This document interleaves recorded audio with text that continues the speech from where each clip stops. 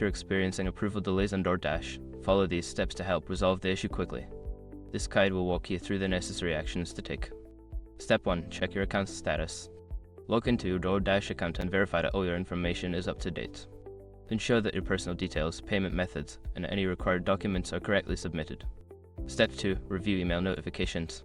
Check your email for any communication from DoorDash regarding your application status. Look for any requests for additional information or documents that may be causing the delay. Step 3. Contact support. Reach out to DoorDash support through the app or their website.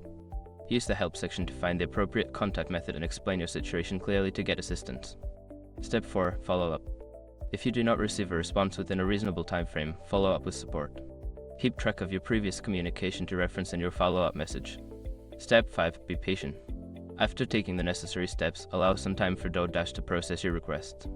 Approval times can vary, so it is important to remain patient while waiting for resolution. By following these steps, you can effectively address approval delays on DoorDash. Remember to stay proactive and maintain communication with support for the best results.